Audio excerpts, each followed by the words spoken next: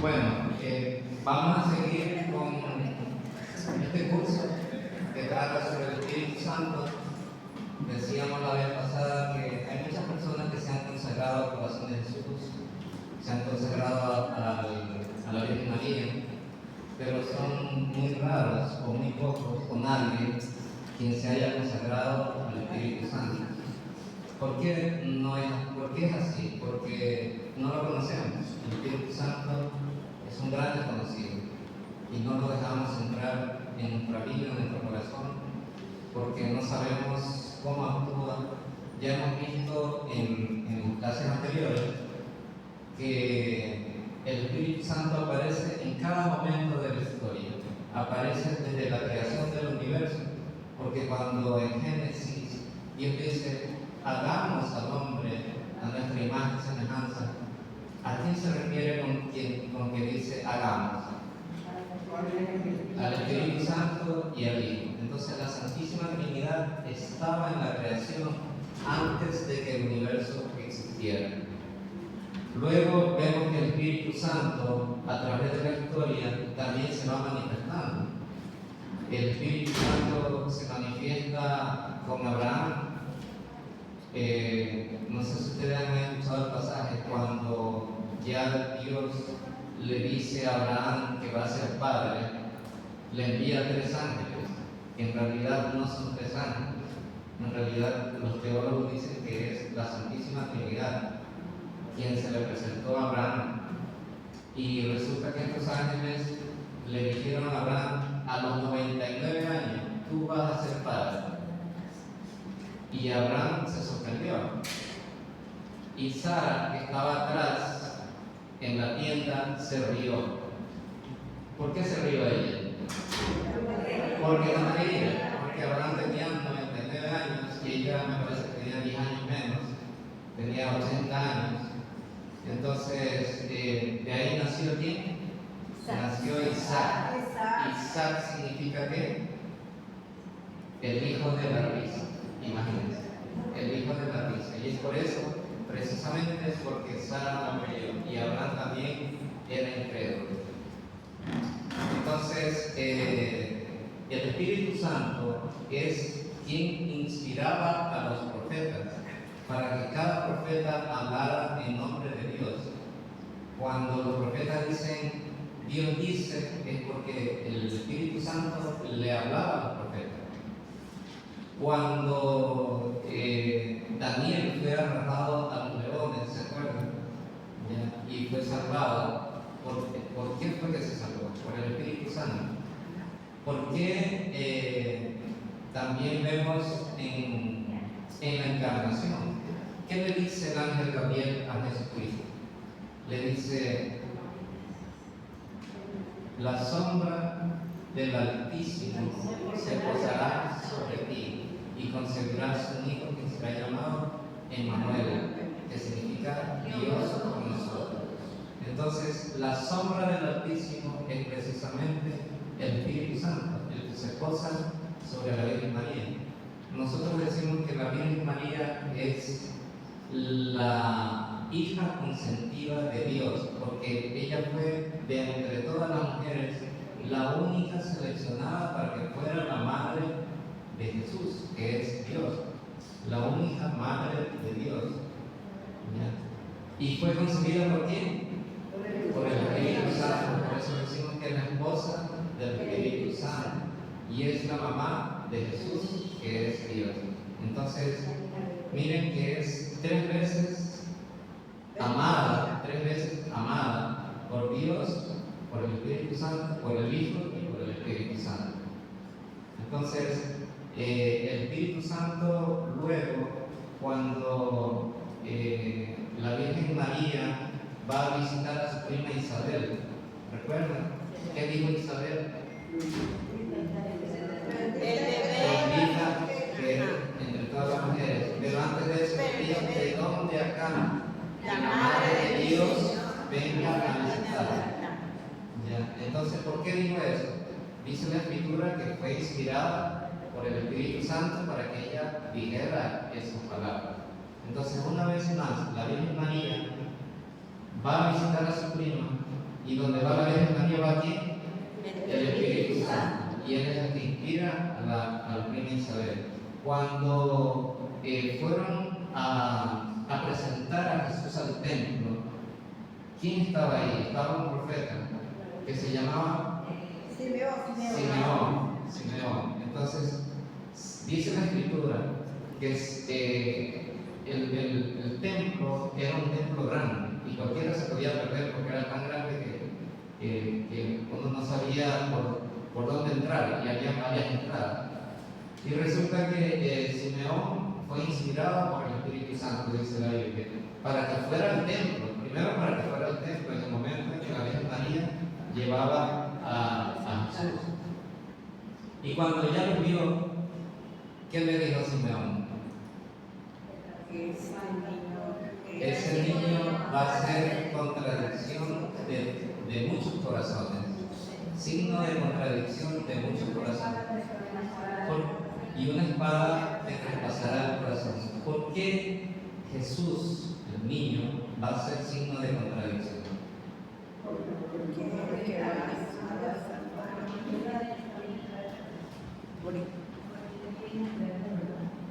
Él viene a traer la verdad, que dice por la humanidad. Ya. Cuando nosotros conocemos el mensaje de Cristo, nosotros tenemos dos opciones: aceptarlo o negarlo. ¿Ya? Y hay muchos que lo vamos a aceptar y hay muchos que lo van a negar. Entonces, esa es la contradicción. Muchos lo van a rechazar y eso es signo de contradicción. ¿Por qué una espada le iba a atravesar el corazón? Porque ya sabemos que Cristo tenía que morir en la cruz. Entonces, mi apuntador, perdón. Debió de hacer algo, un dolor tan grande.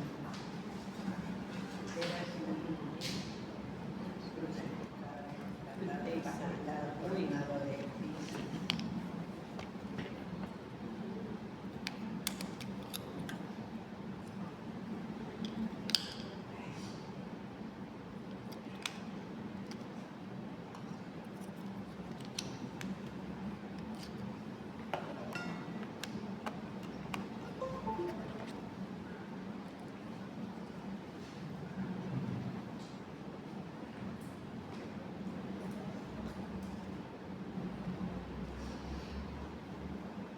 Ahora, si nosotros sabemos que el Espíritu Santo es la segunda persona de Dios, ¿por qué es que no le rezamos tanto?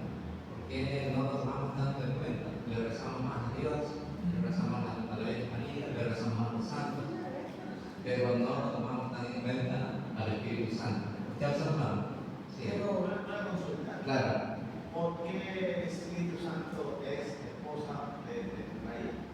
Porque a través, en realidad, si hablamos estrictamente en el sentido teológico, no es las cosas del Espíritu Santo, pero lo decimos con cariño, porque fue a través del Espíritu Santo que ella consiguió a Jesús. O sea, eso dicen los teólogos. Gracias. Rigoberto. Una consulta, está comentando sobre que por qué no hacemos lo rezamos al Espíritu Santo.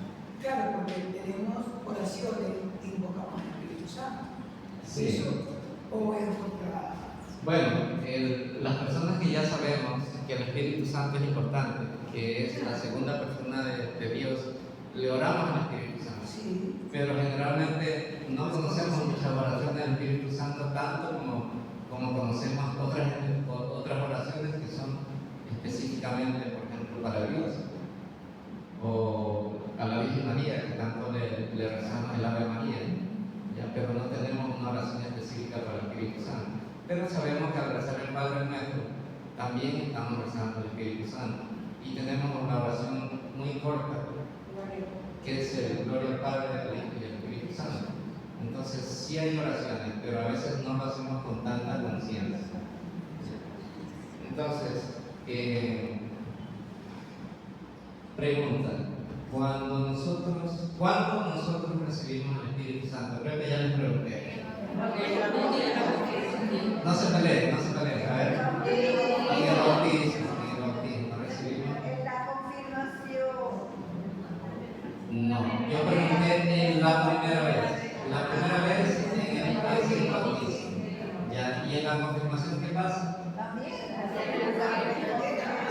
recibimos al Espíritu Santo en su plenitud, así como los apóstoles lo recibieron en Pentecostés. ¿Ok? Entonces, ¿cómo vamos a hacer? Supongamos que yo me caso con una chica, ¿ya? Y tenga un hijo. ¿Cómo reconozco a mi hijo? Por el apellido. ¿Por el apellido? Por el ADN. Por el ADN. Esa es la respuesta más correcta. Porque tiene los ojos chiquitos. Si no fuera de la Si no sale chiquito, no es. Entonces, Dios tiene que de alguna manera convertirse en nuestro Padre.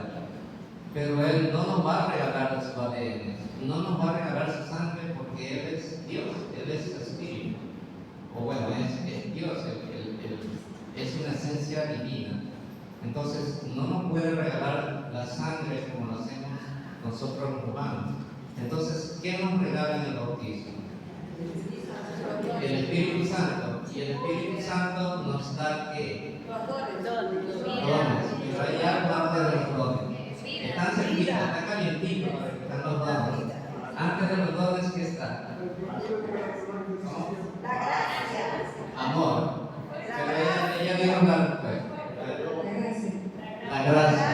Y esa gracia tiene un apellido. ¿Cómo se llama esa gracia? Santificante. ¿Qué significa gracia santificante? Que nos va a llevar a la santidad. Entonces es una gracia que nos hace santos. ¿Y cómo hacemos que esa gracia santificante nosotros la anhelemos en nuestro corazón y la podamos expresarla y desarrollarla en toda su plenitud? Es lo que vamos a ver hoy. Nosotros tenemos un barquito que es todo nuestro ser. Nosotros somos este barquito. Este barquito tiene varias cosas.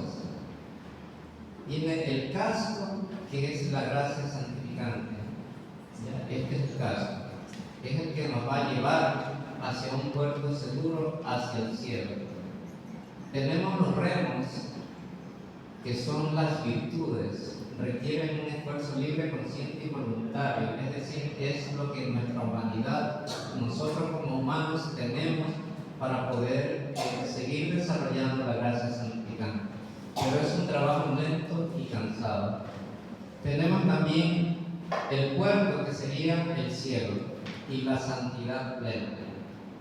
Tenemos las velas, que son los dones del Espíritu Santo, que ya lo mencionamos, receptor de la moción divina directa y permite avanzar sin fatiga.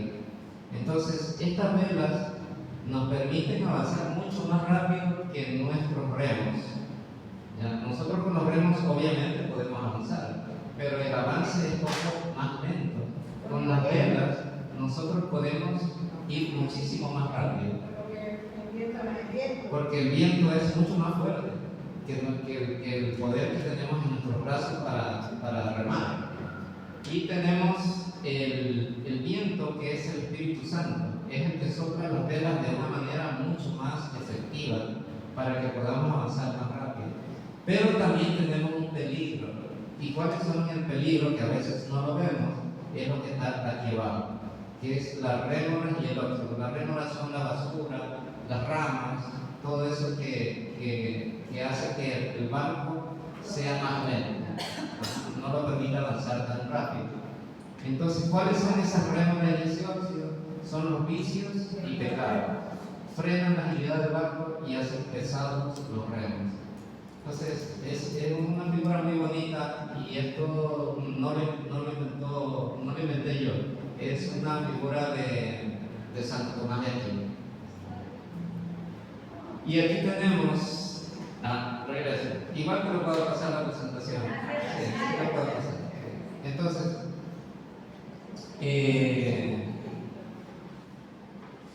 esta es la parte oscura que vemos abajo, que no nos permite avanzar. Las fuerzas del desorden, lo que causa fisuras en el casco. Y tenemos primero el pecado. ¿Qué es el pecado? Es aquello que rompe nuestra amistad con Dios. O sea, nos rompe, nos separa definitivamente de Dios. Esos son los pecados mortales. Entonces, esos pecados hacen que Dios se aleje de nosotros. O para decirlo de una manera más exacta, nosotros nos alejamos de Dios a través del pecado. Y pensamos que vivimos bien, pensamos que no pasa nada, pero en el fondo estamos alejados de Dios. Tenemos también el vicio. ¿Qué es el vicio? Es un hábito repetido del pecado. Cuando nosotros los pecados los repetimos constantemente y vivimos pecado, ya estamos en vicio. Ya es como que alguien se fuma un cigarrillo.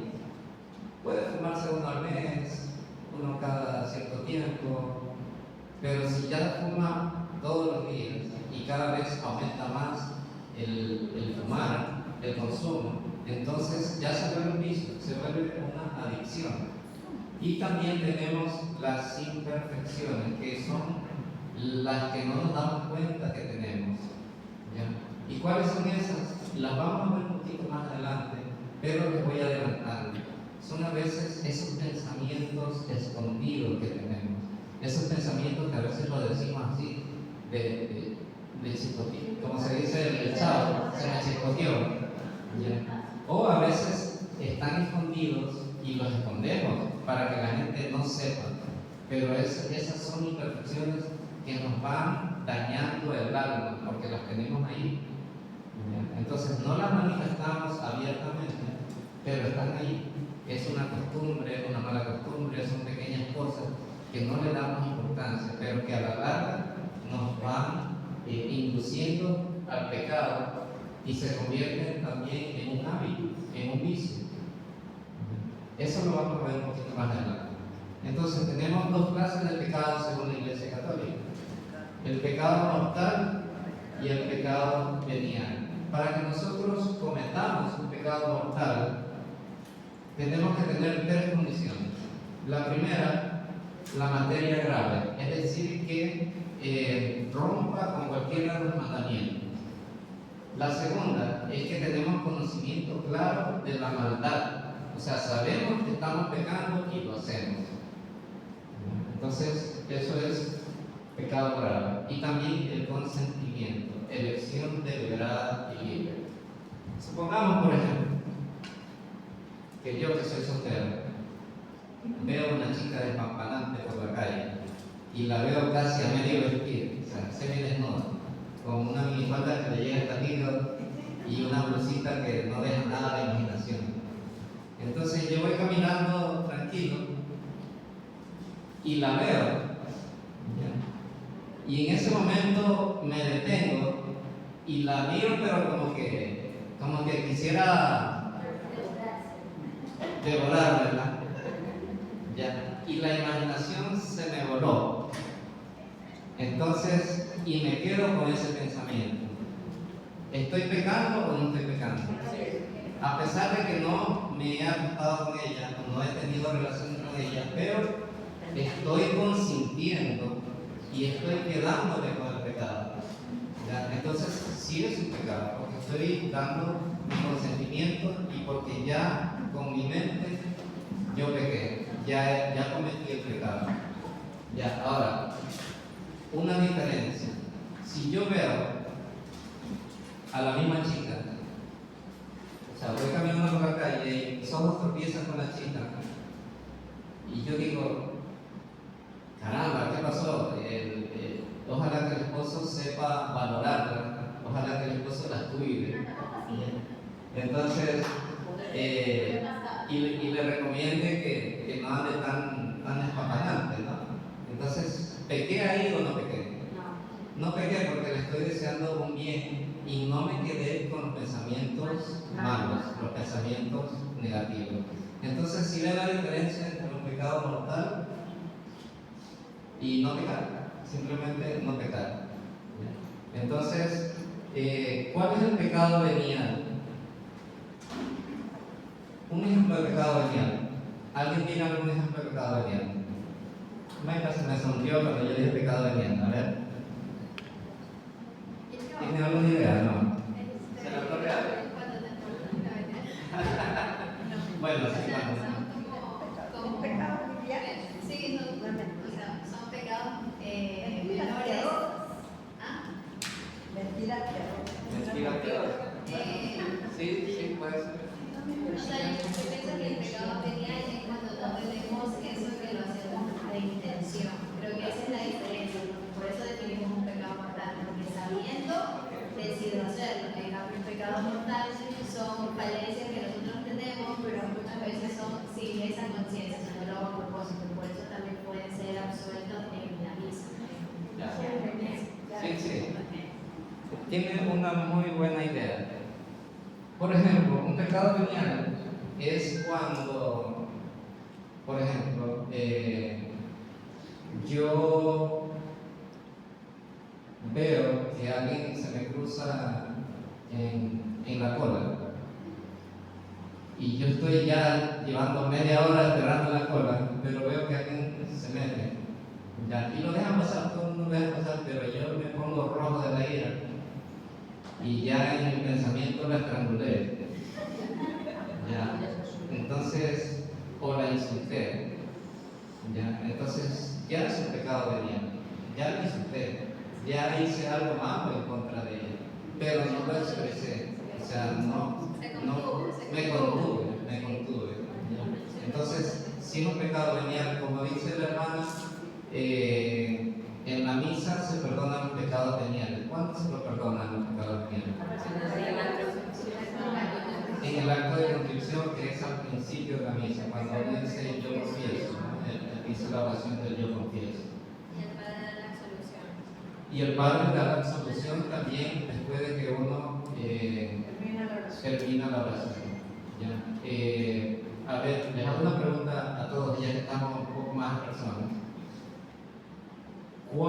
¿Cuántas veces al año, o al mes, o a la semana, o a los días, recomienda la Iglesia Católica que uno debe confesarse? Una vez al año. ¿Usted tiene una pregunta o un comentario? Cada mes. Una vez a la semana. Ya, ok. Está muy bien. Bueno, lo mínimo es una vez al año. Claro que lo mejor sería todos Acá dice todos los miércoles, si se puede. Ya, entonces, ¿qué dirían ustedes?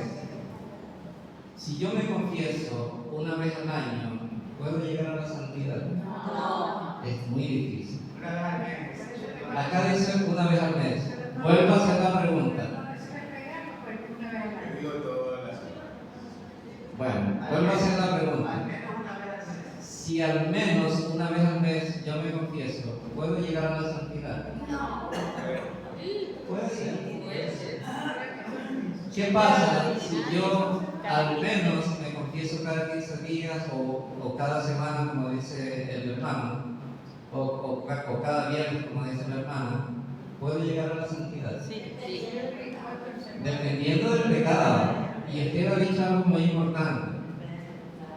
Si yo tengo pecados mortales, que generalmente cuando uno vuelve a la Iglesia Católica, cuando uno ya empieza a creer en Jesús, cuando uno ya empieza a creer en la confesión y en la Eucaristía, uno está bien animoso, quiere confesarse y liberarse de los pecados mortales.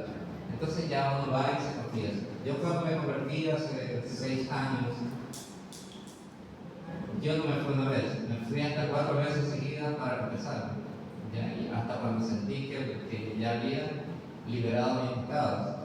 Hasta que el sacerdote me dijo, ya no recuerdes mis pecados pasados. Pero es que después de haberme confesado todos los pecados que yo tenía.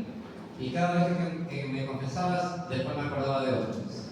¿Ya? Hasta que el sacerdote me dijo, ya olvídate del pasado, Cristo ha sanado todas las cosas. Y entonces deja que en cada confesión ya todos tus pecados son perdonados, incluso de los que no te acuerdas. ¿Ya? Entonces, si yo me confieso cada semana, o muy frecuentemente, pero ya me confesé un pecado mortal, ¿qué me queda? Los veniales.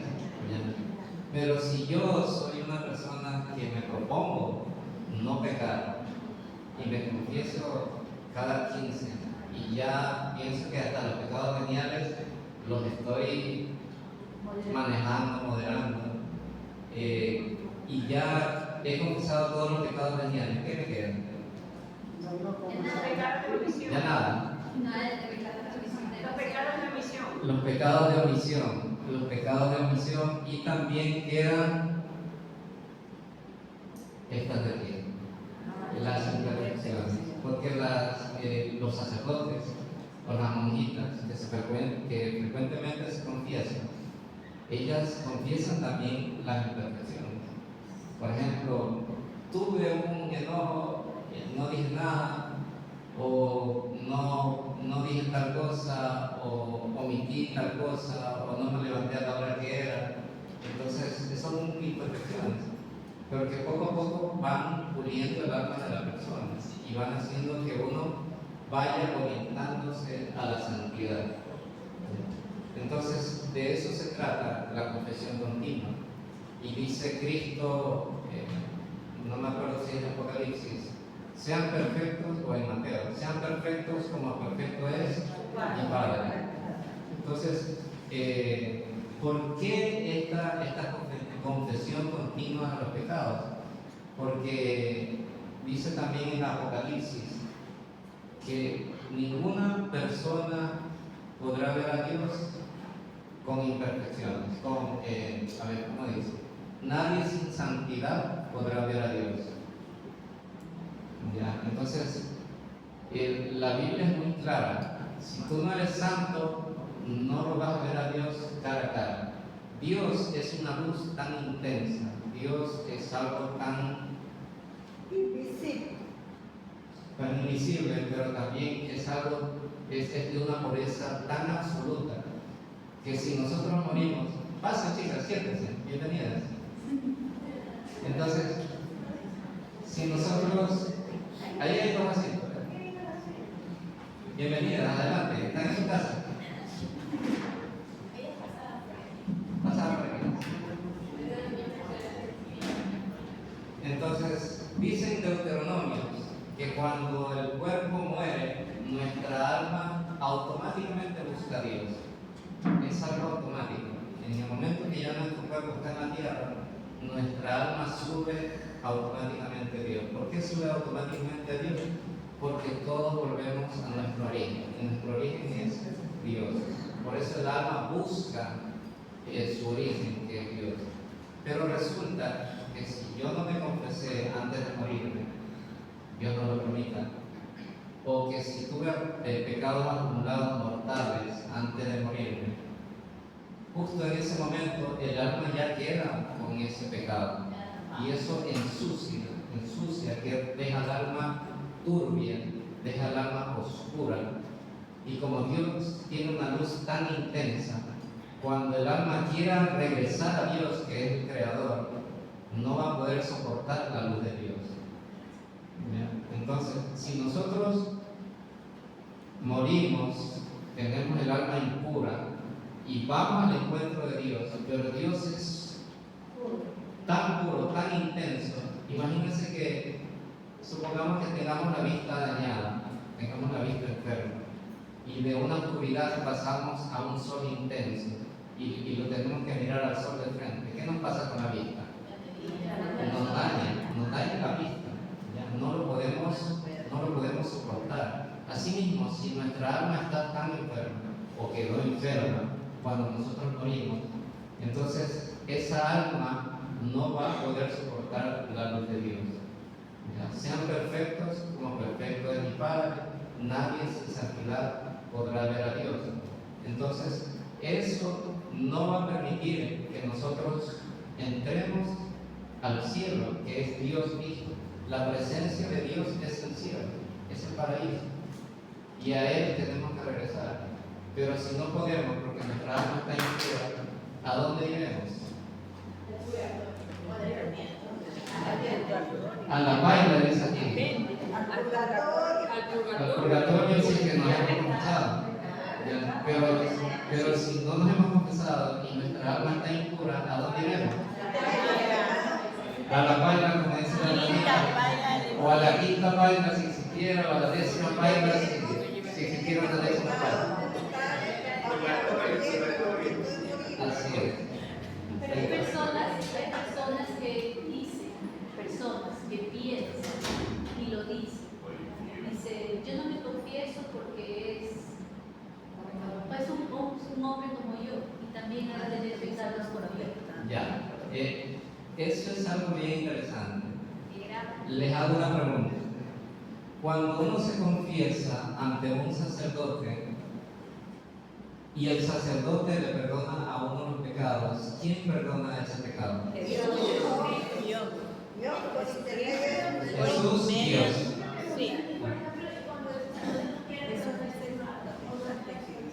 ¿Por qué no quieres absolver? Tiene que tener una razón, porque hay distintas razones. Ya, ¿por qué no puede perdonar a veces los pecados? Porque el sacerdote tiene que investigar, tiene que indagar. O sea, ¿por qué cometiste tal cosa? ¿Qué pasó? ¿Cuál fue la situación? Supongamos que alguien va a confesarse y esa persona está conviviendo con alguien, pero no está casado, tiene relaciones extramatrimoniales y va a confesarse con el sacerdote y le dice, cometí tal pecado, y el sacerdote le dice, ¿eres soltero o eres casado? Soy soltero. ¿Convives con alguien? Sí. Entonces tienes primero que regularizar tu estado. ¿Ya? Tienes que estar en gracia con Dios.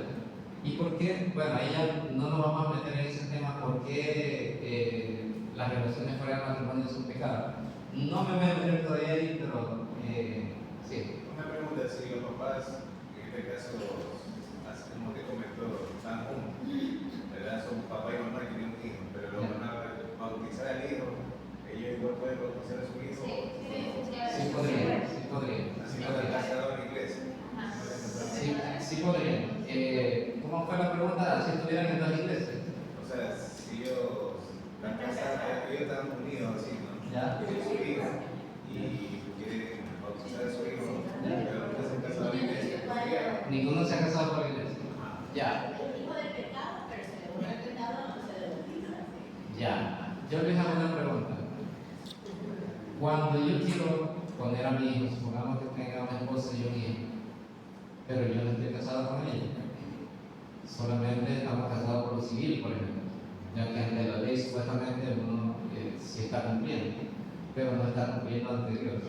Entonces llevo a mi hijo y le digo aquí al padre César, quiero que mi hijo se bautice, y ellos siempre preguntan, ¿son casados o no están casados?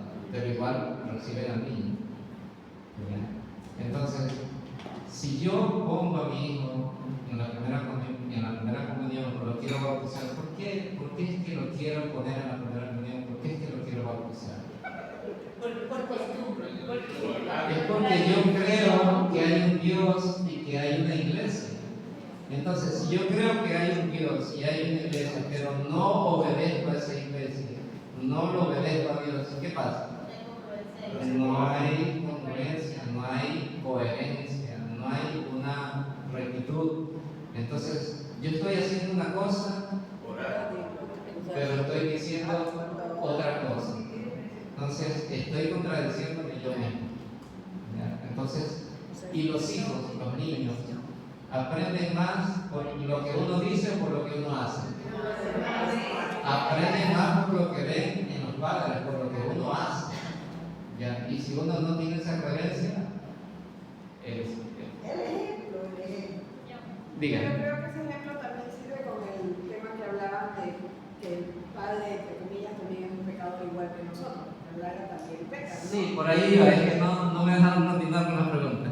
Sí, porque obviamente él puede también tener sus pecados, Correcto. todo coraje, ira, Correcto. lo que Entonces, sea. Pero él está enseñando lo que se debe hacer. Es como nosotros como padres, no somos perfectos, pero nosotros enseñamos a nuestros hijos a ser mejor que nosotros. Es correcto lo que usted dice.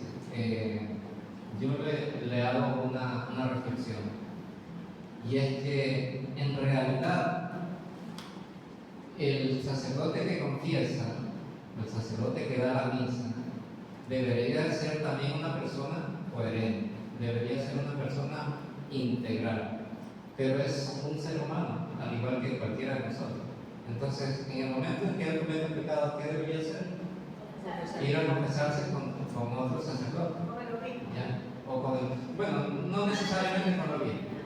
¿Ya? Pero en realidad, el que perdona los pecados, ¿quién es? A través del Espíritu Santo. A través del Espíritu Santo. El Espíritu Santo es el que le da la autoridad al sacerdote para confesar los pecados. ¿Y dónde está eso? En la Biblia, cuando Jesús manda a sus apóstoles, dice la palabra, y él sopló sobre sus discípulos. Al soplar, ¿qué estaba haciendo? Entregándoles el Espíritu Santo, y les dijo: vayan y bauticen en el nombre del Padre, del Hijo y del Espíritu Santo. Entonces, le estaba dando la autoridad a través de la Santísima Trinidad para que ellos pudieran bautizar. Y también les dijo: los pecados que ustedes perdonen serán perdonados, y los que no perdonen no serán perdonados. Entonces Jesús, como es Dios, les da esa autoridad para bautizar y confesar. ¿Ya? Entonces, cuando nosotros no creemos en la confesión, entonces no creemos que el Espíritu Santo pueda actuar en el sacerdote. Y el sacerdote puede ser el pecador más pecador, pero él ya tiene la autoridad. ¿Ya? El hecho de que él sea pecador no le quita autoridad al Espíritu Santo. ¿Está clara esa parte? Sí. ¿Ya? Disculpe, ¿me puede contar qué respuesta se le puede decir a los no protestantes? Porque yo tengo veces molesta también. Ajá. Dicen que tú vas a confesar, como yo siempre me contesto semanal casi. Ya. Dicen que por qué voy a confesar con una persona. Que, bueno, ¿cómo le doy respuesta? Porque no tengo el conocimiento para dar. Sí. Bueno, ¿qué tipo de respuesta o cómo se le puede? ustedes sacan la Biblia y es el pasaje que yo le digo. Y también Jesús funda una iglesia. ¿Se acuerdan del pasaje que yo le dije que se lo aprendieran de memoria y que nunca se olviden cuál es ese pasaje? Mateo 16, 18. Nunca se olviden de ese pasaje porque es el más importante. Tú eres Pedro y sobre ti fundaré mi iglesia. Mi iglesia, la iglesia de Cristo. El resto de las iglesias no son la iglesia de Cristo. ¿Ya? Y le dice, y las puertas del infierno no prevalecerán sobre ella. ¿Qué significa? Que a pesar de que hay cisma, a pesar de que hay protestantes, a pesar de que hay separación, a pesar de que hay papas malos que lo hubieron, nosotros no lo negamos, la iglesia sigue manteniéndose por 2000 años. Y le dice Jesús a Pedro: y yo te doy las llaves del reino. Todo lo que tú atares en esta tierra se quedará atado en el cielo, y lo que desatares quedará desatado en el cielo. Entonces, ¿a quién le ha dado su autoridad? Solamente a Pedro. Y el Pedro tiene sus sucesores, que son los actuales papas. Y el sacerdote que está confesando aquí, el que está dando la misa aquí, es el mismo que está dando la misa en Sauces. O sea, tiene la misma autoridad. ¿Ya? Y si yo me voy a la China a escuchar misa, igual en la China ese sacerdote fue ordenado por otro obispo. ¿Ya? Y ese obispo fue ordenado por otro obispo. Y así hacia atrás hasta llegar a Pedro y hasta llegar a Jesús. Entonces, ninguna de las iglesias en todo el mundo tiene esa autoridad que se llama sucesión apostólica. Acuérdense de ese término, sucesión apostólica. Es la sucesión que se va pasando de apóstol en apóstol. ¿Ya? La sucesión apostólica. Entonces, ¿se acuerdan cuando Jesús sanó a un paralítico? Y contestando a su pregunta, no recuerdo si está en Juan, me parece que está en Juan. Él sanó a un paralítico, creo que a otro que no hace que es el gran vecino. Entonces, le preguntan a Jesús, o ellos comentaban entre ellos, ¿quién es este? Jesús le dice, yo te ordeno, levanta, tus pecados son perdonados, levántate y anda. Entonces la gente decía, ¿quién es este que perdona los pecados? Y entonces Jesús los escuchó y les dijo, sí, para que ustedes vean que el Hijo del Hombre tiene la autoridad para perdonar los pecados, porque es más difícil perdonar los pecados que hacer que alguien se ponga a caminar. Y los protestantes hacen eso, ellos hacen que alguien camine, a un patuleco o lo que sea, o con engaños, ya. Pero en realidad ellos no pueden perdonar los pecados, solamente la Iglesia de Cristo, que es la católica, puede perdonar los pecados a través de la autoridad que le dio Cristo. ¿Okay? Entonces tiene ahí dos versículos en la Biblia, porque ellos solamente creen en la Biblia, que van o varios versículos, que van a confirmar que la Iglesia de Cristo es la Iglesia católica. Y la otra que ellos dicen es que si ellos se pueden confesar directamente con Dios, que no necesitan un intermediario. Esa es otra que ellos Sí, pero Dios no le va a dar respuesta ni consejo, no le va a dar nada, es la pareja con la que está hablando. Además, recordemos que el sacerdote tiene el prescription, es decir, que él perdona los pecados porque tiene la autoridad por la persona de Cristo. Así es, dice el Padre Toro, que es un apologeta, aunque se vaya a confesar a la pata de una mesa o un árbol, no le va a perdonar los pecados. Porque los protestantes dicen, ellos tienen una doctrina, un dogma que dice, solamente la fe me salva, solo Cristo me salva y solo la Biblia es la palabra de Dios, son las tres solas. Entonces, nosotros en cambio creemos que Jesús salva, que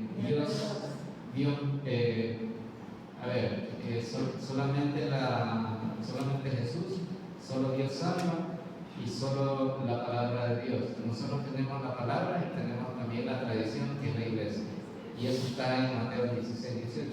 O sea, Jesús vino a fundar una iglesia y le dio las llaves del reino. Entonces, todo lo que tenemos, incluso hasta la Biblia, es porque la Iglesia Católica la recopiló la Biblia y dijo, estos son los libros que van y estos son los que no van. Entonces, como tienen la llave del reino, puede definir cuál es la Biblia. Y en la Biblia también tenemos que siempre es por intercesión. O sea, cuando Tenemos tenemos para hablar mucho sobre eso, o sea, podemos decir muchísimas cosas sobre la intercesión. Entonces, pero ya sigamos mejor, porque si no nos vamos a quedar en el tema de la apologética, pero es un tema que podríamos conversar y de hecho lo hemos conversado anteriormente en los otros cursos. Disculpe, como resumen, el pecado mortal y el pecado venial, ¿Cuál es qué? ¿Cuál es? Como un resumen. Ya, como un resumen, el pecado mortal rompe con la amistad con Dios. En cambio, el pecado venial no rompe la amistad con Dios, pero destruye la gracia santificante. O sea, va disminuyendo la gracia santificante, ¿ya? Porque nos induce también al pecado. Y aquí sí me voy a demorar un poquito, pero es muy importante y es muy necesario conversar de estos temas que a veces no lo conocemos, nadie lo habla. Incluso cuando recibimos la catequesis no nos conversan mucho de estos temas. Entonces, tenemos un combate espiritual en el que nosotros debemos llegar a la santidad, pero hay algo que nos impide llegar a la santidad. Y ese algo, ese alguien, es el pecado y es el demonio, es el enemigo. Ahora, ¿el demonio existe? Claro que sí. Cristo expulsaba a los demonios, está en la Escritura. El demonio existe. El mismo demonio tentó a Jesús en el desierto y lo tentó de frente. Entonces, tenemos los vicios capitales versus las virtudes morales. Estos son los pecados, los más importantes. Son los pecados capitales.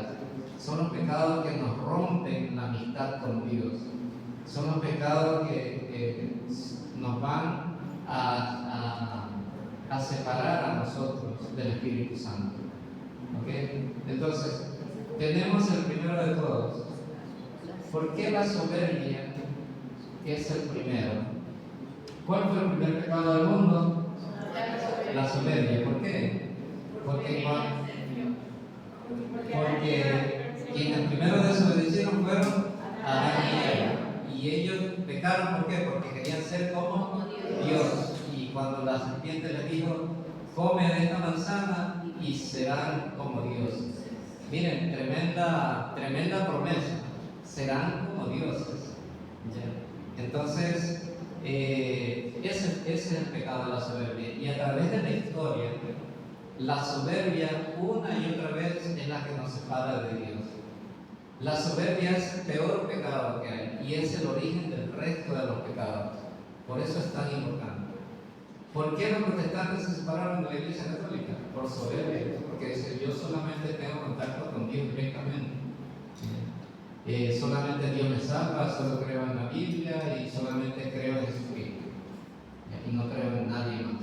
Entonces, es la soberbia pura. ¿Por qué nosotros a veces nos peleamos con nuestros familiares, con nuestros amigos, con nuestra pareja, con nuestro esposo, con nuestra esposa? Por la soberbia. La soberbia es lo mismo que la ambición. ¿La qué? Ser ambicioso. Ambiciosa. Esa es la avaricia. Pero la avaricia también tiene que ver con la soberbia. En realidad la soberbia tiene que ver con todos los pecados. Porque pelean mucho.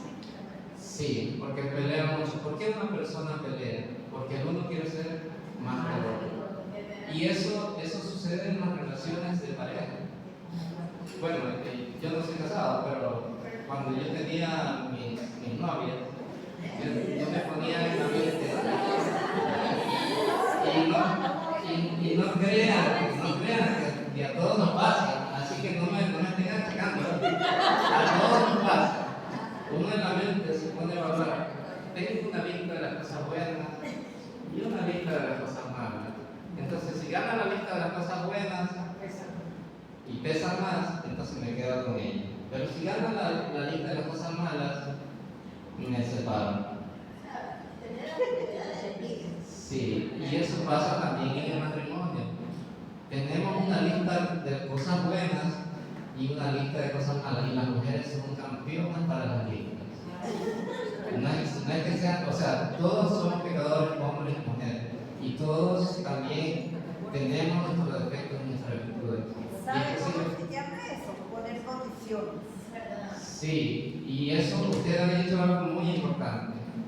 El amor no debe tener condiciones. Así como Dios nos ama de manera incondicional, así como Cristo se entrega de manera incondicional, nosotros no debemos tener condiciones. Y si ya elegimos una pareja, entonces tenemos que amarla en las buenas y en las malas, en la salud y en la enfermedad, en la riqueza y en la pobreza. Pero les cuento, yo les cuento. ¿Quieren contar algún testimonio, no? Bueno, les cuento. Tengo un amigo que es evangelizador católico, ¿no? Y él va a predicar, ya. Y él es casado ya hace muchos años. Tienen un hijo que ya es médico y tienen una hija que ya se va a graduar también. Entonces, pero él tiene un trabajo muy humilde. Él es profesor en un colegio fiscal que no gana mucho. ¿Ya? Entonces, la esposa siempre lo menosprecia. ¿Ya? Y a través del trabajo de él, con mucho esfuerzo, es que han logrado darle la carrera a los hijos. Tienen una casa pequeña, humilde, pero la tienen. ¿Ya? Pero resulta que ahora, como el tiempo es más difícil y el sueldo del profesor ya es muy bajo y no alcanza para muchas cosas, ella lo empieza a menospreciar. Tú ya no traes lo suficiente para nosotros. ¿Ya? No tenemos para comprarnos ropa nueva, no tenemos comodidades, tenemos carritos viejos. ¿Ya? Y tanto así que ella decidió cambiarse de habitación, ya no quiere estar conmigo. Maléfico. Y mi amigo con lágrimas en los ojos dijo eso. Me dijo eso. O sea, entonces, ¿dónde está? Porque ellos se casaron por la iglesia católica. ¿Dónde está esa promesa de que me amarás en las buenas, en las malas, en la riqueza, en la pobreza, en la salud y en la enfermedad? Y lo prometieron ante Dios. ¿Ya? Entonces, ante los vendavales de la vida, cuando dicen que la pobreza entra por la puerta, el amor se escapa por la ventana. ¿Ya? Pero entonces es un amor humano, no es un amor que está basado en el amor a Dios. Entonces, de ahí no hay amor. Entonces, es por eso que eso es parte de la soberbia y también en este caso de la avaricia, del deseo de tener más cosas. Y ahí se empieza el pecado de la lujuria, porque la mujer empieza a maquinar, a dar vueltas, como este ya no me da, entonces voy a buscar a alguien que me dé más comodidad. ¿Y qué pasa también? Ahí viene también la ira, porque uno como tiene soberbia se cree más que el otro, entonces ya viene ciertas cosas. Perdón, cuando está en la lujuria, por ejemplo, si una persona va a confesar, la persona que está pecando va a confesar, puede ayudarlo para que el diablo no le entienda para que no se pecado.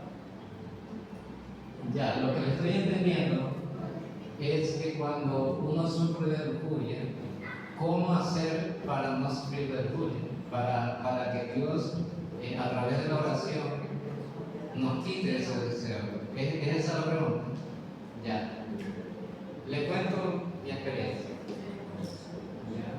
Yo solo tengo dos opciones.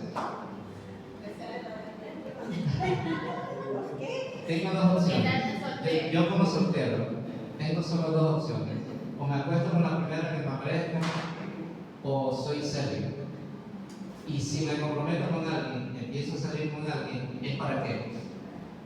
Para casarme.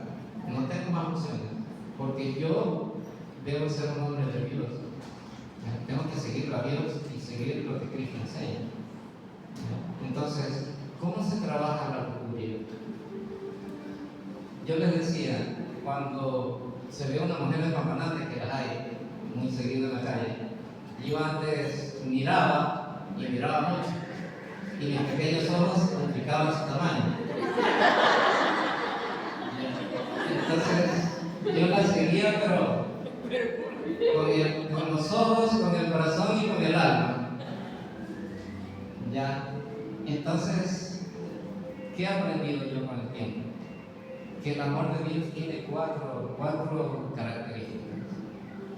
La primera, el amor de Dios es total. La segunda, el amor de Dios es fiel. Tercera, el amor de Dios es libre. Cuarta, el amor de Dios es fecundo. Si yo conozco una chica, vuelvo a repetir, dos F, fiel y fecundo. Una T que es de total y una R que es libre. Estas son las características del amor de Dios. Total, fiel, libre y fecundo. Dos F, una T y una R. ¿Ok?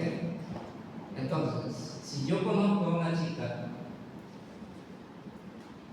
debo practicar estas cuatro condiciones. Debo emular, debo hacer que mi amor sea igual al de Dios, que sea fiel, libre, total y fecundo. Si yo no estoy dispuesto a cumplir estas cuatro características de Dios en esta relación con ella, yo prefiero no tener nada. O sea, quedamos como amigos, hermanitos, y no pasa nada. Pero soy atacado por la lujuria, claro que sí, porque soy hombre, porque soy un ser humano.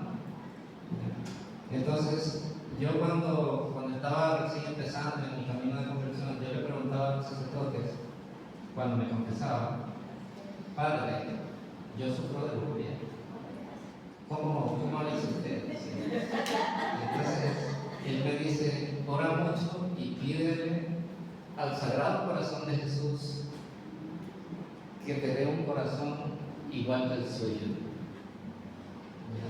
Entonces, es un corazón puro, es un corazón que no da cabida a los malos pensamientos, a los malos deseos. Y hay una teología que se llama la teología del cuerpo de San Juan Pablo II, que nos enseña sobre el sexo, el matrimonio, el celibato y sobre el amor. ¿Ya? Entonces, la teología del cuerpo. La teología del cuerpo. Y él dio esta teología del cuerpo en su papado. Y lo dio en 129 catequesis. Al principio la gente no lo entendía, no sabía de qué se trataba, pero poco a poco fueron estudiando, hasta que ahora ya comprendemos un poco más, porque ya como está un poco más mejor explicado. Entonces, ¿qué nos dice San Juan Pablo II? San Juan Pablo II nos dice que tenemos que educar nuestra alma, nuestro cuerpo, nuestra mente, y tenemos que empezar con los ojos. Estos grandes y hermosos ojos que yo tengo, debo educarlos primero. ¿Ya? ¿Y cómo los educo? Cuando yo veo a una mujer hermosa, despampanante, si mis ojos tropiezan con esa figura, Yo lo cierro.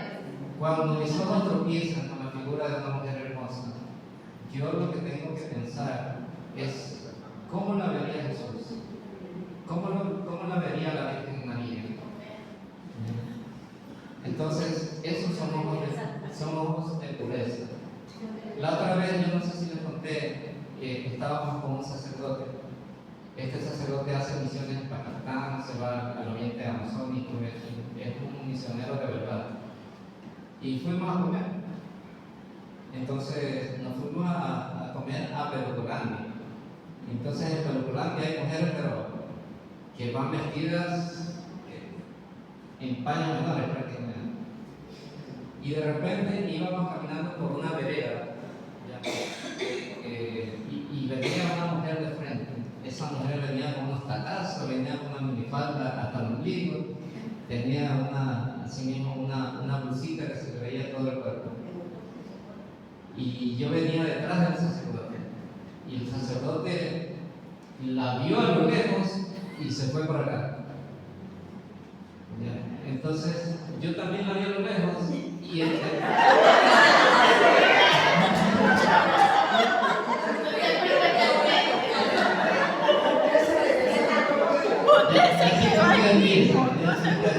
yo seguí por el mismo camino, pero en realidad yo entendí lo que hizo el sacerdote. Yo entendí lo que hizo y yo fui detrás del sacerdote.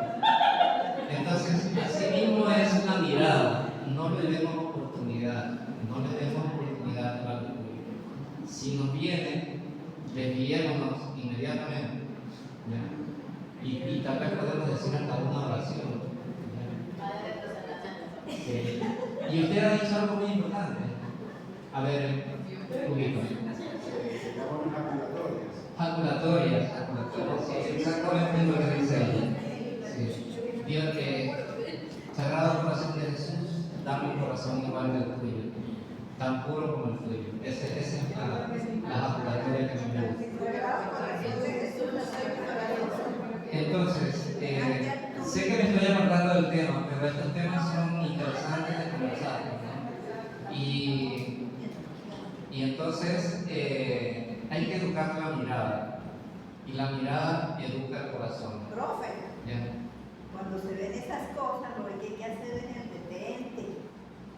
Detente. Detente. ¿Usted lo sabe cuál es el detente? Sí. Ah, es una oración. Ya, ok. Detente, Satanás, que el corazón de Jesús está conmigo. Bueno, hay que aprender esa oración. Repítalo cuántas veces pueda. Hay que aprender esa oración. Ella me hizo acordar de algo. ¿Cómo se llama? Yanela me hizo acordar de algo. Jesús sufrió las principales tentaciones, primero en el desierto, ¿verdad? Pero ustedes creen que Satanás se detuvo ahí.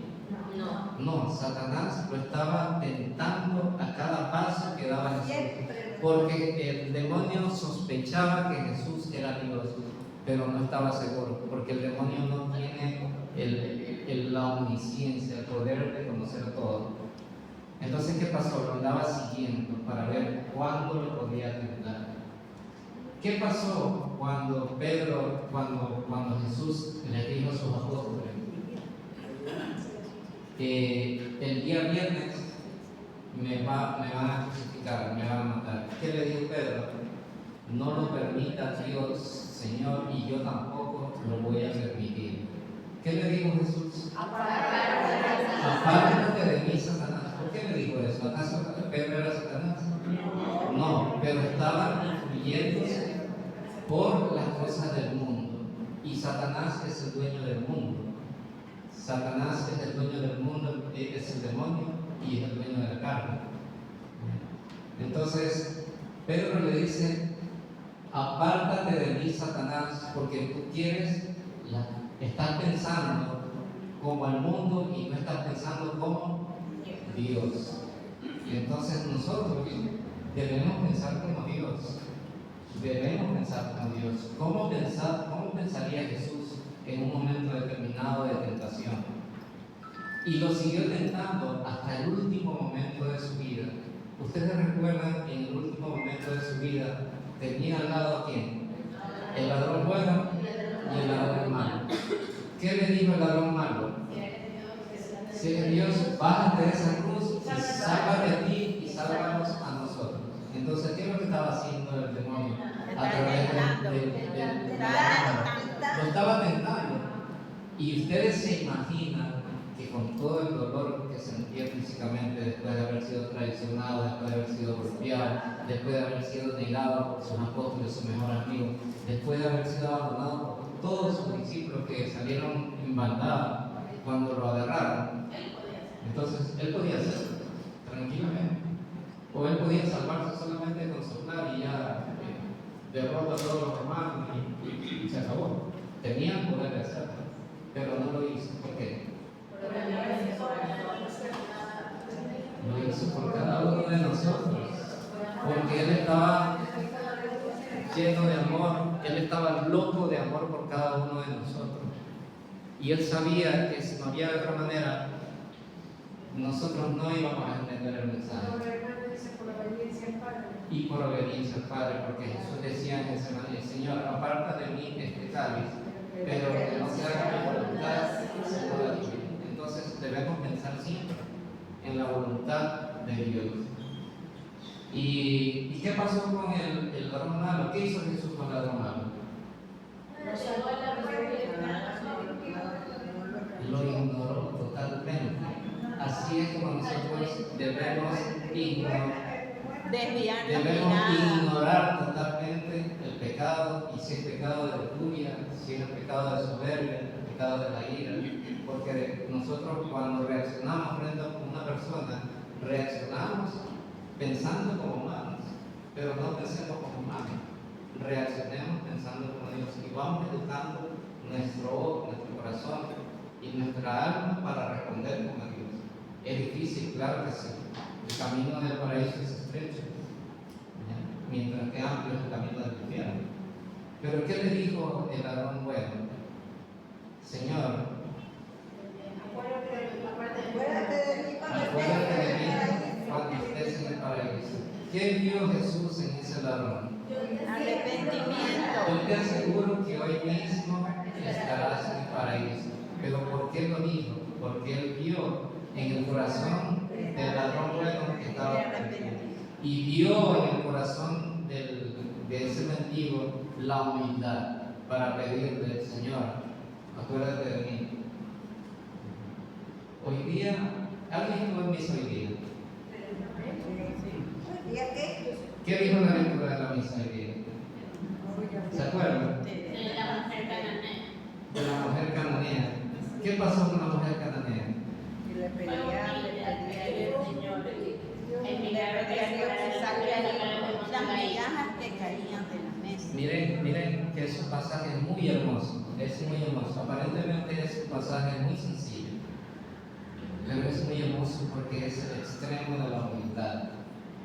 Los cananeos eran un pueblo muy pecador, hacían diabluras, eran malos, eran paganos, sacrificaban niños, hacían tantas cosas horribles.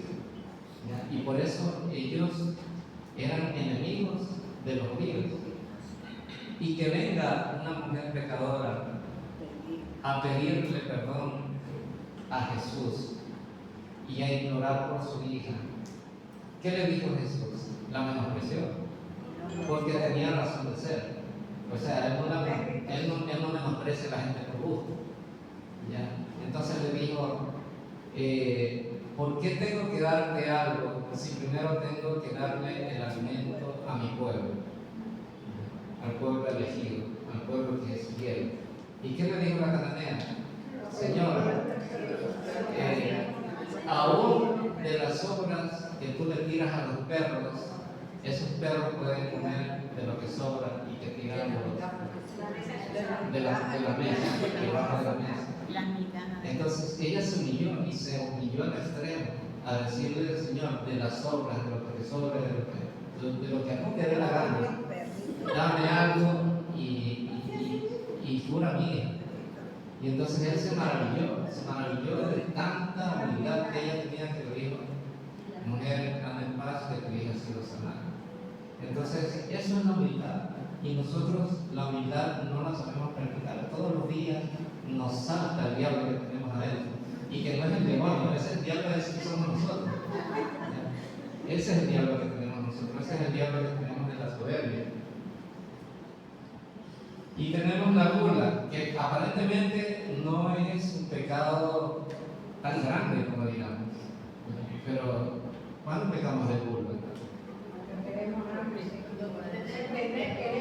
Los excesos. Y queremos comer más. Cuando comemos algo que no debemos, hay tantos venenos en la actualidad que sabemos que son venenos, pero que los comemos. El azúcar refinada, las colas, Y eso también, las salchichas, las papas fritas, las pizzas, y las compramos y nos envenenamos. Antes era el cigarrillo y ahora es la comida chatarra. Hay cura también de teléfono. Y resulta que ustedes, si se ponen a contar el tiempo que llevamos pegados al teléfono, cuántas veces miramos al teléfono en el día, y cómo nos quedamos 5 minutitos, y nos quedamos media hora, 1 hora, estamos acostadas en la cama, y se nos fue, llegamos a la 1 de la mañana, la 1 de la mañana. Entonces, también es bueno, porque nuestra mente se dispersa. Y una mente que se dispersa es una mente esclava. Y nosotros debemos tener libertad. ¿Libertad para qué? Para hacer la voluntad de Dios. ¿Cuál es el primer mandamiento? Amar a Dios sobre todas las cosas. Y hay tantas cosas que nos distraen. Decimos, no, es que tengo que trabajar para mantener mi familia. Y es verdad. El tiempo es escaso y necesitamos mantener a nuestra familia, tenemos que darle lo mejor. Pero si todo el tiempo estamos trabajando, todo el tiempo estamos dedicándole tanto tiempo al trabajo, a tantas cosas, o incluso hasta nos pasamos horas y horas, bueno, no es malo, ¿no? Porque el deporte es bueno, pero si ya nos excedemos también es malo. Y tantas cosas que nos roban el tiempo en el día, la semana, los meses y los años. ¿Y cuándo tenemos tiempo para adorar a Dios? ¿Cuándo tenemos tiempo para amar a Dios? No tenemos. Y es comprensible porque tenemos que trabajar, tenemos que mantenernos, mantener a nuestra familia. Pero si el primer mandamiento nos dice que debemos amar a Dios sobre todas las cosas, ¿a quién debemos poner primero? A Dios. Y viene la envidia, tristeza por el bien ajeno. Esta envidia es más solapadita, ¿no? O sea, tenemos esa envidia, pero que no se nota, que no sabemos que existe. Pero sin embargo la tenemos. ¿Por qué? Porque a veces nos decimos, mira, ese man tiene su carrito, y yo con esa carrera todavía. Mira, tiene una casa grande, y ese man era tonto en la universidad.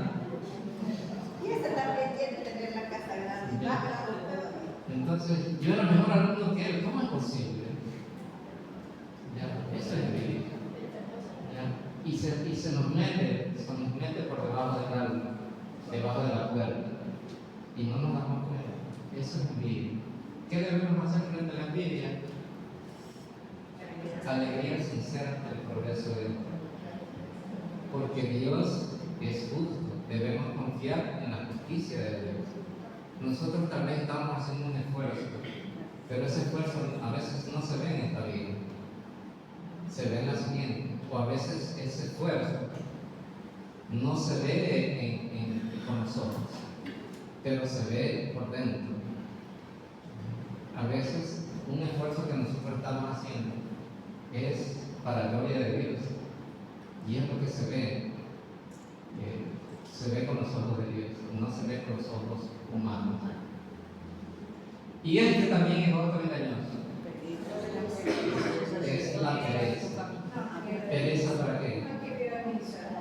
No quiero ir a misa, no, ya fui a misa el domingo, ya con cumplir el domingo la iglesia manda a ir a misa todos los domingos, ya con eso ya cumplí. No, que tengo que confesar una vez al año, ya con eso ya cumplí.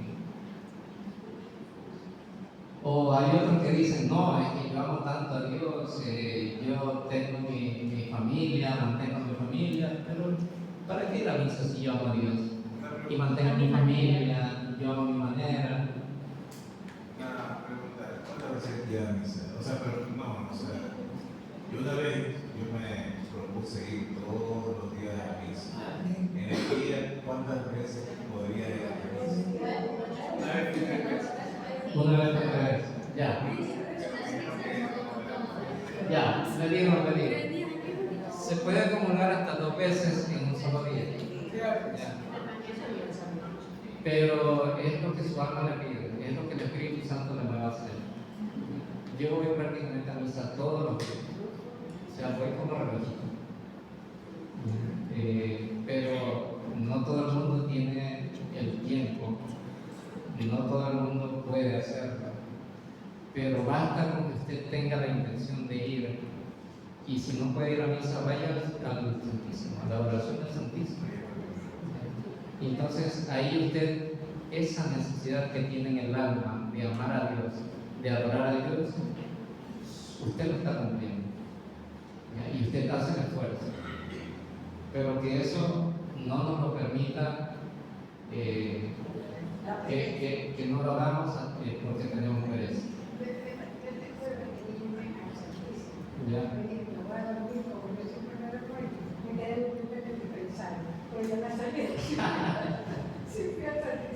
Bueno, yo a veces me quedo dormido en el Santísimo. Entonces, pero es un sueño diferente. Cuando usted duerme en el Santísimo, está descansando de verdad. Entonces, yo a veces me duermo haciendo oración, pero es que me da una paz increíble. Entonces, hago rosario cuando estoy y me quedo dormido. Entonces, esto también es importante, ¿no? Y es cómo nosotros vamos a ir contrarrestando, vamos a ir trabajando estos pecados. Y estos pecados se pueden manifestar no solamente como pecados mortales, también como pecados veniales, ya, porque se van adentrando, están escondidos. Pero nosotros debemos cultivar lo contrario. Frente a la soberbia, reconocemos que no somos nada ante Dios. Reconozcamos que nosotros somos miserables. Dice la Biblia que el más justo peca hasta 7 veces al día, y aún así no nos queremos confesar. La Biblia dice hasta el más justo peca hasta 7 veces en el día. Así es. Entonces, De ahí la necesidad de confesar, de ahí que vayamos limpiando nuestra alma poco a poco, para que cuando lleguemos a Dios, nuestra alma esté más pura y podamos verlo de frente a Dios. De ahí que ningún santo de todos los que ha habido se vanagloriaba de creer más en Dios, de amar más a Dios, nadie. O sea, ellos, y yo creo que lo vamos aprendiendo poco a poco, a ser humildes, de saber que todos somos pecadores, que podemos caer frente al pecado en cualquier momento, pero no lo permita Dios, y por eso estamos conociendo al Espíritu Santo. Entonces, cultivar siempre la humildad, de que no somos nada frente a Dios, que todo se lo debemos a Dios, que estamos aquí en este momento por la gracia de Dios. Estamos escuchando este mensaje, estamos aprendiendo del Espíritu Santo, es por la gracia de Dios. Decía Jeremías en la Biblia, antes de que tú nacieras, yo ya te había elegido para mí. O sea, Dios nos ha elegido a cada uno de nosotros para estar aquí, para ser católicos, para estar en su verdadera iglesia. Imagínense, mi papá y mi mamá son chinos. Cuando todos los inmigrantes chinos vienen a Ecuador, ¿ustedes saben las posibilidades de que alguien sea bautizado? Cero posibilidades, o 0,00001, y ese uno soy yo. Las posibilidades de que haga la primera comunión, de que sea confirmado y que luego comulgue continuamente, 1, y ese uno soy yo. Entonces, ¿es que Dios no me quiere? Por supuesto que me quiere. ¿Cuáles son las posibilidades de que cada uno de ustedes sean bautizados? En realidad es muy poco. ¿Cuáles son las posibilidades de que ustedes sean católicos? Son poquísimas. De que ustedes tengan la suerte de poder confesarse y poder comulgar, es extremadamente pequeña la posibilidad.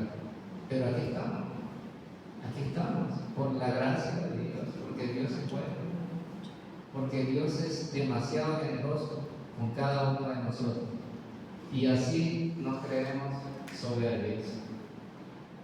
Frente a la avaricia, la generosidad. Siempre debemos ser generosos, y es a veces la parte que nos puede. No queremos compartir, no queremos dar, no queremos entregarnos. Nuestro tiempo es valioso, nuestro dinero es valioso, tanto que he trabajado. ¿Para qué? Para que otro venga y disfrute. Tanto que he trabajado para esta casa y después me quiero divorciar. ¿Para qué? Entonces, seamos generosos. La lujuria, frente a la lujuria, la castidad. Aprender a tocar nuestro corazón, nuestra alma y nuestros ojos. Modera y purifica el apetito corporal. Frente a la ira, la paciencia. Yo creo que esta es uno de los pecados más fáciles de que se nos salga, la ira. Y se nos sale. Cuando dice, se me sale el indio que tengo adentro. Yo digo, se me sale el chino indio que tengo adentro. Por ejemplo, en mi caso, yo aprendí a tener paciencia cuando fui profesor en Aneta. Ya. Que venía de clases yo doblaba horas, 6 de la mañana hasta las 10 de la noche. Pero no tenía, tenía paciencia, pero no tanto. Pero Ahí más. Miren, usted ha dicho algo muy importante. La paciencia se cultiva, la humildad se cultiva. Alguien dice, no, es que yo nací así y ya nada va a cambiar. Pero todo eso se cultiva. Con la gracia del Espíritu Santo podemos cambiar. Y Jesús dice en Apocalipsis 12:6, yo hago nuevas todas las cosas. Por la gracia del Espíritu Santo y con la ayuda de Jesús podemos cambiar, podemos ser transformados. Una de las cosas que más me han conmovido, yo creo que todos nos hemos visto la Pasión de Cristo. La Pasión de Cristo. Sí. Bueno, es la de Mel Gibson. Sí, esa. Sí. Hay una escena. va a seguir la 2. Va a salir la 2. sí. Pero eso va a ser en 2027. Pero bueno, hay una escena que cada vez que la veo se me salen las lágrimas. Ya, bueno, pero ahí esa escena es para mí quizás la más conmovedora. Es cuando Jesús va cargando la cruz. Seguramente tenía dislocado el hombro, seguramente estaba lleno de llagas, todo su cuerpo. ¿Ya? Y estaba sangrando quizás hasta la última gota. Y viene la madre, se le acerca y le dice: hijo mío, ¿hasta cuándo vas a permitir esto? Y él le dice: viste, madre, que yo hago nuevas todas las cosas. ¿Qué le quiso decir Jesús con eso? Que él estaba demostrando en ese momento que era la persona más humilde, ¿ya? Que él estaba muriendo por nosotros. Y en ese momento de agonía, cuando la propia madre viene y se le acerca y le dice: hijo mío, ya para esto, o sea, tú eres Dios, haz un milagro que hacías. Pero él le dice: madre mía, no voy a hacer eso, porque yo tengo que hacer nuevas todas las cosas. Y está pidiéndole a cada uno de nosotros hacernos nuevos a través del sacrificio de él. Entonces, este de aquí me encanta, esta palabrita. Se llama templanza. Templanza. ¿Qué significa templanza? Es controlarse, es tener un equilibrio, es tener un balance. ¿Ya? Y no solamente con la comida, es templanza con todas las cosas. Es templanza cuando alguien te grita, es templanza cuando alguien se enoja, es templanza cuando alguien tú piensas que es egoísta, cuando tú estás frustrado. Sí, entonces es lo googleó. No, yo me imagino que usted lo habrá visto en alguna parte estudiar. Entonces, es templanza, es saber manejarse de la manera como Cristo se manejó, con dulzura, con equilibrio, con pureza, con interés. Entonces, si alguien me grita, yo me manejo con templanza. Si alguien hace un acto egoísta conmigo, yo también me manejo con templanza. Si Cristo dice: si alguien te pide que camines una milla, ¿qué dice? Camina 2 millas más. Si alguien te dice: regala tu ropa, ¿qué dice Cristo? Regálale todo. Si alguien te pega en la mejilla izquierda, y esto es lo más difícil. Esto es lo más difícil. Practicar la templanza es lo más difícil. Y a mí me cuesta, yo creo que a todos nos cuesta también. Hace poco también pasó que un padre de un chico que era millonario se hizo padre. ¿Ya? Hace poco pasó eso. ¿Ya? Él era dueño de una marca de maquillaje.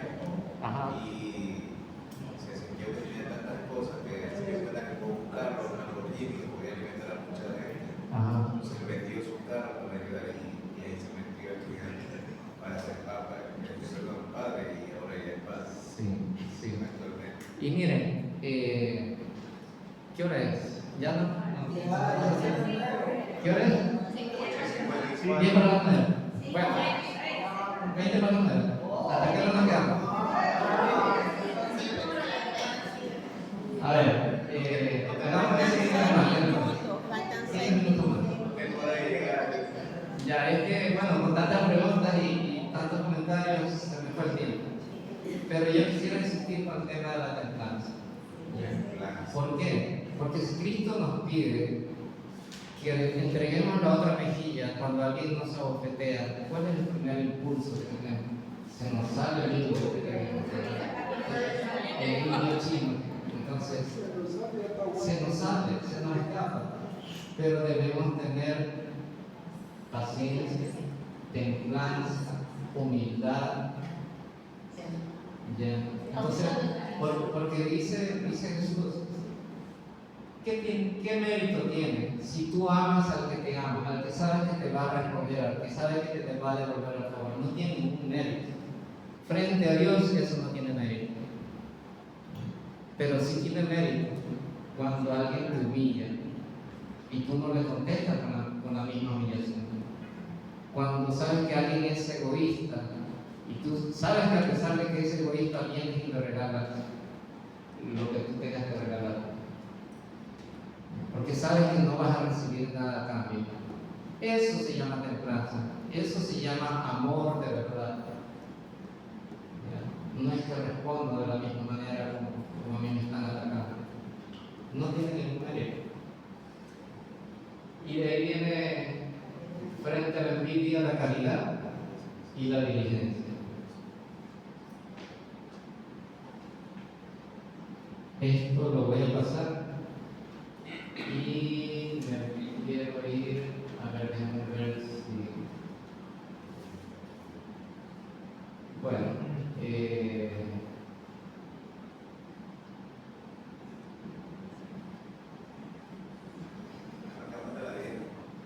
esto sí quisiera mencionar. Nosotros habíamos dicho que el modo humano, del modo humano, nosotros avanzamos lentamente, no le encontramos sentido a la vida. ¿Por qué? Porque pensamos que el objetivo de nuestra vida es casarse, tener hijos, educarlos a ellos, darles una buena profesión, tener una buena casa, tener piscina, tener jacuzzi, tener carro, tener empleados, viajar mucho. Y yo lo quería. Yo lo quería cuando recién me gradué. Entonces, todos apuntamos a eso. Y después te vas dando cuenta. Hay personas que tienen muchas cosas. Tienen carro, tienen negocios.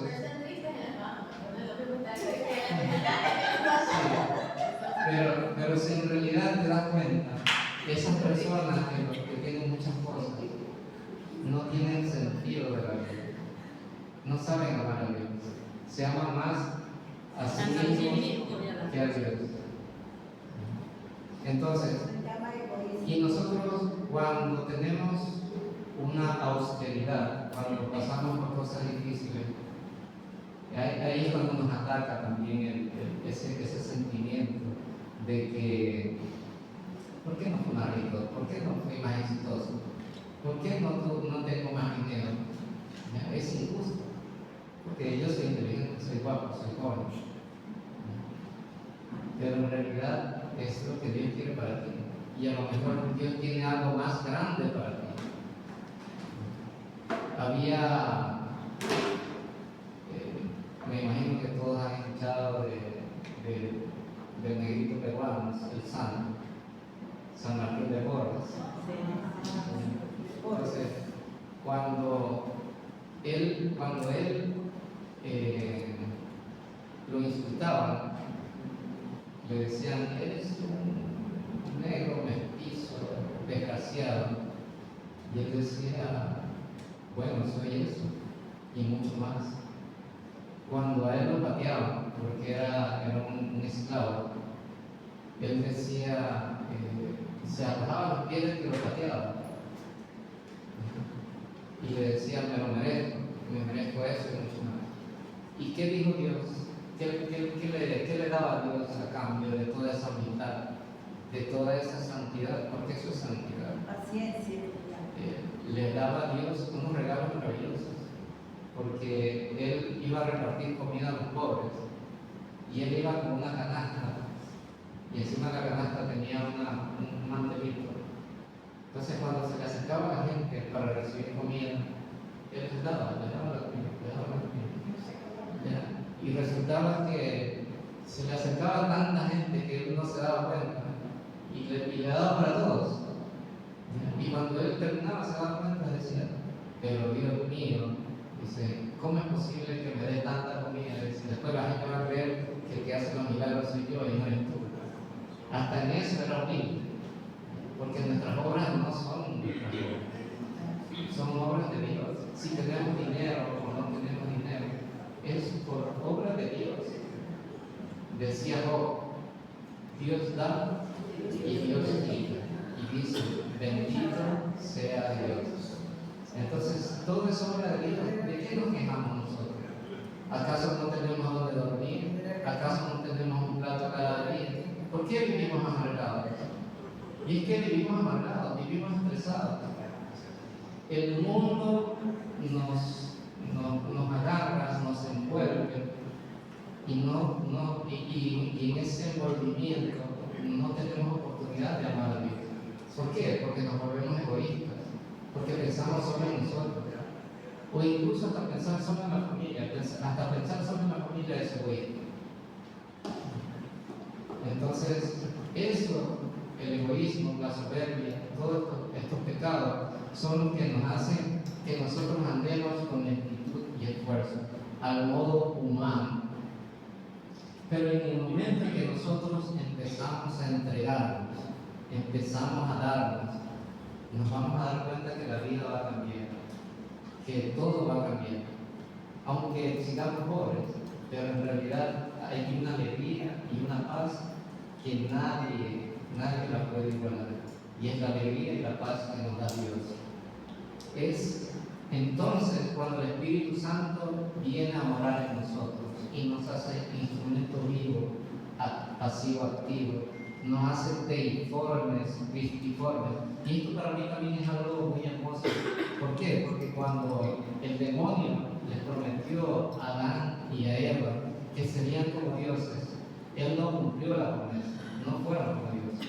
Pero el Espíritu Santo sí nos puede hacer como dioses a través de la gracia santificante, pero no porque nosotros nos convirtamos en Dios, eso ya es una herejía, sino porque nosotros vamos a participar de la gracia de Dios, de esa gracia santificante que nos hace como Dios, pero no nos hace iguales a Dios.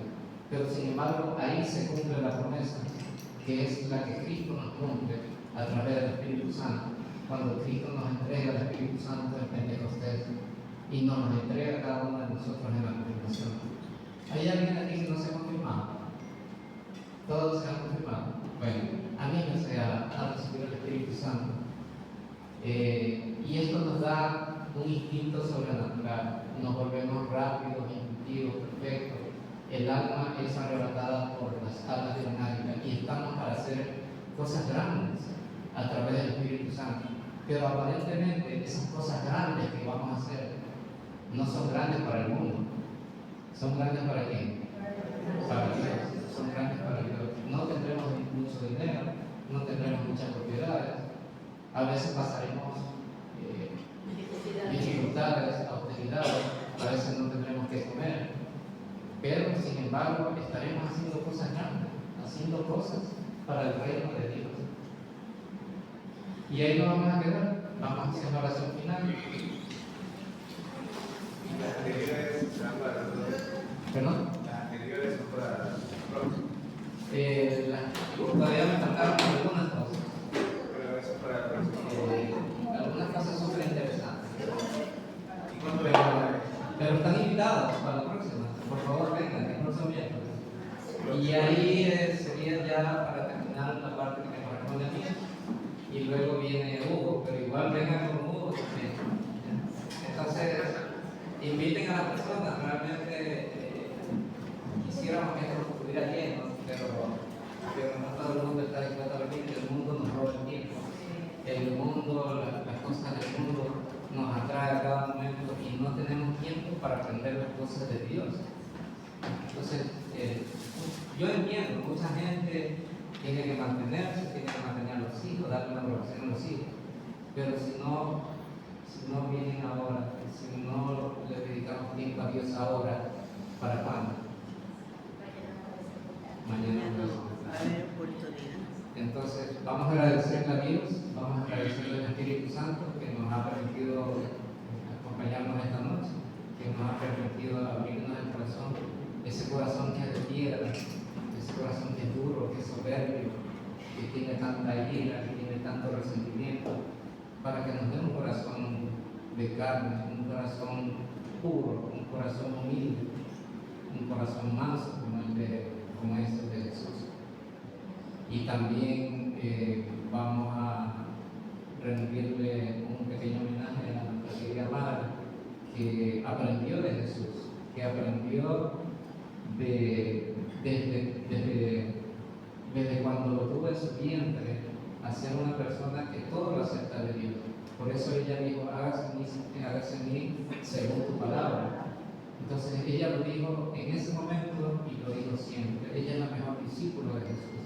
Es la que se pudo compenetrarse perfectamente con la Santísima Trinidad, tanto con el Padre, con el Hijo y con el Espíritu Santo. Y por eso le vamos a decir, Dios te salve María, llena de gracia, el Señor es contigo. Bendita eres entre todas las mujeres y bendito es el fruto de tu vientre, Jesús. Santa María, Madre de Dios, ruega por nosotros pecadores, ahora y en la hora de nuestra muerte. Amén. al Espíritu Santo para que nos acompañe santo y salvo a nuestra casa, para que nos dé la sanación, cure nuestra alma, cure nuestro corazón. Le decimos gloria al Padre, al Hijo y al Espíritu Santo, Como en el principio, ahora y siempre, por los siglos de los siglos. Amén. en nombre del Padre, del Hijo y del Espíritu Santo. Amén.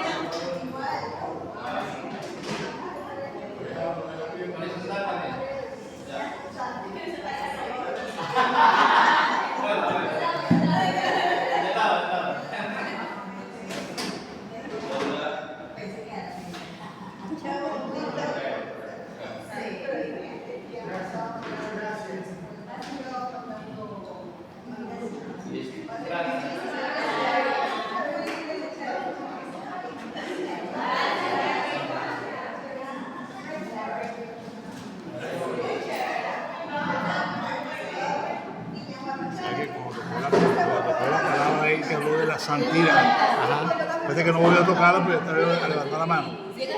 Todos los católicos estamos encaminados a hacer el camino a la santidad. Claro que sí. Más cuando el Papa Francisco, con la exhortación apostólica del 2018, Gaudem et Exsultate, alegrado y regocijado, su tema central es ese, el camino a la santidad. Todos tenemos el camino a la santidad diariamente y apartarnos de la mediocridad en la vivencia. Así es. Pero todos tenemos. Excelente. Unos llegamos y otros no. Excelente. Pero esa Católica, básicamente, su tema central es eso, el camino a la santidad del Así es. del Es que siempre debería ser. ¿Ah? Siempre debería ser. No, es que lo dice. Ajá. Usted lo busca en Google para que usted Claro.